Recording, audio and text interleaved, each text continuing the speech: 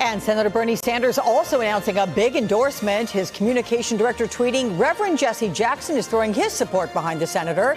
The Reverend will be with Senator Sanders at an event in Michigan within this hour.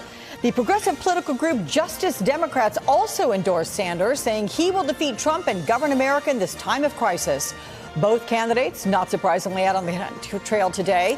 Joe Biden holding events with Southern voters in Mississippi. Bernie Sanders keeping his campaign in the pivotal state of Michigan. He is coming off a huge rally in Chicago yesterday with hundreds of supporters there.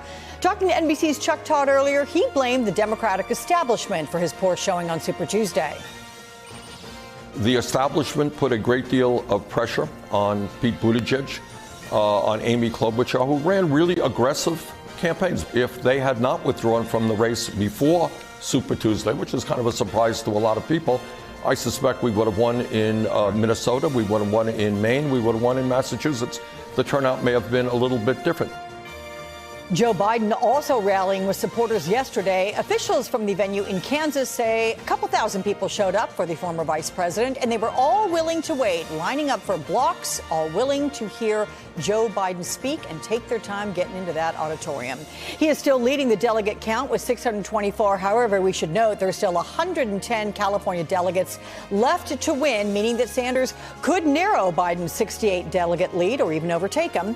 Their next chance to win delegates comes Tuesday. That's when 6 states head to the polls. The biggest prize is Michigan, with 125 delegates up for grabs there in the Wolverine state. Joining me right now, David Sirota, senior advisor and speechwriter for Bernie Sanders' 2020 campaign. David, big welcome to you. You have to appreciate this endorsement in Michigan from the Reverend Jesse Jackson. Tell me what it means for the Sanders campaign, given the perception of his challenges winning over African-American voters. It's a huge endorsement, a really huge endorsement, because Jesse Jackson, of course, is one of the great civil rights leaders in history.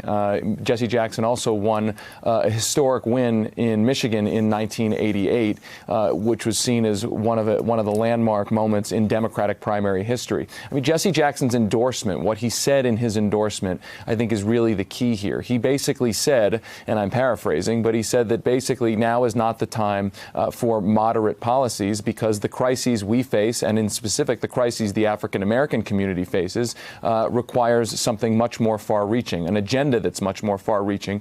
And he went through Senator Sanders' agenda. We're talking about major investments in public education. We're talking about a Medicare for All program to deal with a health care crisis that ends up with thousands of Americans dying every year because they lack affordable access to affordable medical care.